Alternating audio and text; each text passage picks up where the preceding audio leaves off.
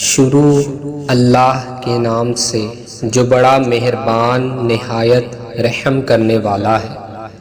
جب سورج لپیٹ دیا جائے گا اور جب تارے بے نور ہو جائیں گے اور جب پہاڑ چلائے جائیں گے اور جب حاملہ اونٹنیاں چھوڑ دی جائیں گی اور جب وحشی جانور جمع کیے جائیں گے اور جب سمندر آگ ہو جائیں گے اور جب روحیں جسموں سے ملا دی جائیں گی اور جب اس بچی سے جو زندہ دفنا دی گئی ہو پوچھا جائے گا کہ کس گناہ کے سبب وہ قتل کر دی گئی تھی، اور جب اعمال کے دفتر کھولے جائیں گے اور جب آسمان کا پردہ ہٹا دیا جائے گا اور جب دوزخ کی آگ بھڑکائی جائے گی اور جب بہشت قریب لائی جائے گی، تب معلوم کر لے گا ہر شخص کہ کیا وہ لے کر آیا ہے۔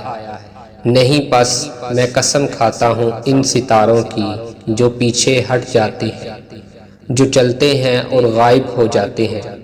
اور رات کی قسم جب وہ پھیلنے لگتی ہے، اور صبح کی قسم جب وہ سانس لیتی ہے۔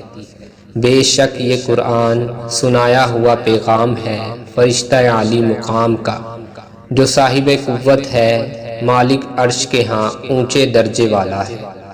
سردار ہے، ساتھ ہی امانت دار ہے، اور مکے والوں نہیں ہے تمہارا رفیق پیغمبر صلی اللہ علیہ وسلم دیوانہ،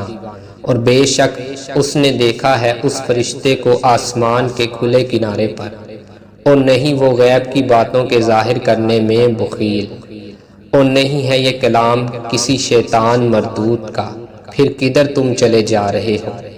نہیں ہے یہ قرآن مگر نصیحت تمام اہل جہاں کے لیے، ہر اس کے لیے جو چاہے تم میں سے سیدھی راہ چلنا،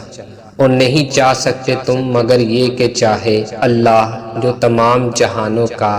رب ہے۔